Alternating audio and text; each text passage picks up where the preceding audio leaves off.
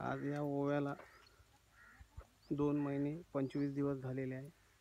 अशा प्रकारे ओव्याचं उत्पादन हे आपल्याला समोर या व्हिडिओद्वारे दाखवत आहे। सध्या एकेरी एखाद्या झाडाला असा फुलोर आपल्यासमोर हा दिसत आहे। फुलोराची प्रक्रिया या ओव्याला सुरुवात झालेली आहे।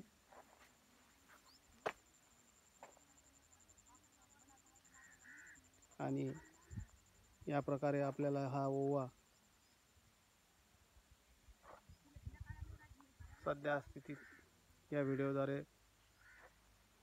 दाखवण्यात येत आहे।